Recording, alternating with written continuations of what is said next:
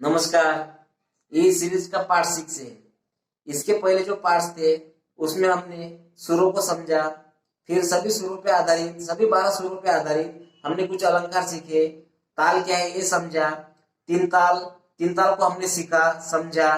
फिर तीन ताल पे आधारित हमने कुछ अलंकार भी सीखे, उसका रियाज किया।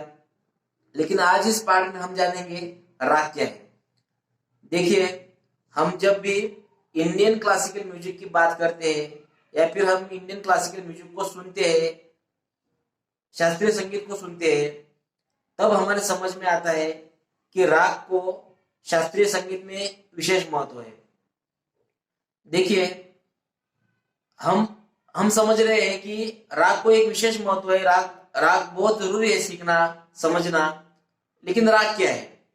अगर राग के बारे में हम बोलेंगे तो राग के बारे में हम ऐसा बोल सकते हैं। देखिए, विशेष नियमों में बनी स्वर रचना जो हमारे कानों को अच्छी लगे, जो मनोरंजक हो, उसे हम कहेंगे राग। देखिए, विशेष नियमों में बनी स्वर रचना जो हमारे कानों को अच्छी लगे, जो मनोरंजक हो, उसे हम कहेंगे राग। देखिए, इसमें हम बोल रहे नियम, तो नियम क्या है? जो स्वर रचना है वो एक विशेष नियमों में बनी है, विशेष नियमों में बननी चाहिए। तो नियम क्या है?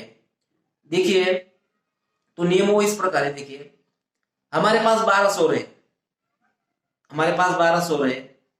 हम जब भी राग बना रहे हैं या फिर जो राग बना है या फिर जो भी राग बना है उसमें कम से कम 5 और ज्यादा से ज्यादा 7 स्वर होने जरूरी है।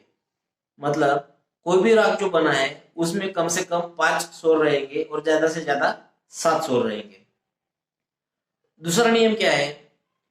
कोई भी राग जो बना है उसमें षड्ज मतलब सा होना बहुत जरूरी है।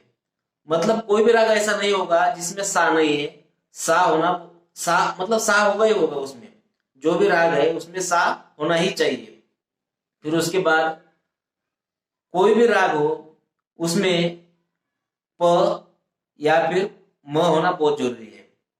पंचम या फिर मध्यम, इन दोनों में से कम एक स्वर उसमें होगा। तो कोई भी जो राग है उसमें म और प एक समय पे वर्जित नहीं होगा। फिर उसके बाद जो भी राग है वो किसी ना किसी थाट से निर्मित है। मतलब कोई भी राग हो वो किसी ना किसी थाट पे आधारित है। अभी थाट क्या है हम उसको आगे जब हम राग जब राग सीखेंगे तब हम उसको हम समझेंगे थाट के बारे में। फिर उसके बाद आता है जब हम राग डिस्क्राइब कर रहे हैं, जब मतलब कोई भी राग हो उसमें वादी, संवादी और उसका समय होना, समय निश्चित होना बहुत जरूरी है। अभी वादी और संवादी क्या है? जो राग है उसमें जो स्वर हम यूज कर रहे हैं, जिस सुरों से वो राग बना है उस सुरों में जो सबसे जरूरी सुर है, मतलब जो बार बार रिपीट हो रहा है, उसको हम बोल रहे हैं, उसको हम बोलेंगे वादी। मतलब जो सबसे महत्वपूर्ण सुर है उसको हम बोलेंगे वादी।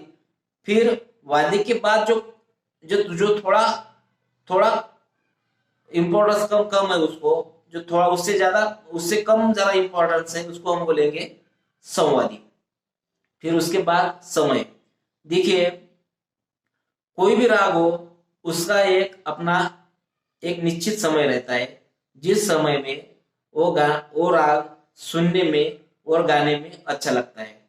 मतलब कोई भी राग अगर है तो उसका अपना एक समय है जिसपे वो राग गाने में और सुनने में हमें मतलब ज्यादा उसको मधुर लगता है। वैसे तो हम अभी अगर हम रियाज करेंगे तो कौन सा भी राग किसी भी समय पे हम गा सकते हैं, सुन सकते हैं। लेकिन लेकिन अगर अगर उसके अगर मधुरता को हम समझेंगे, पहचानेंगे, तो उसका एक समय निश्चित है। तो इस प्रकार ये राग है। तो अब हम आगे जैसे जैसे जाएंगे वैसे अब अभी हम राग सीखेंगे, समझेंगे।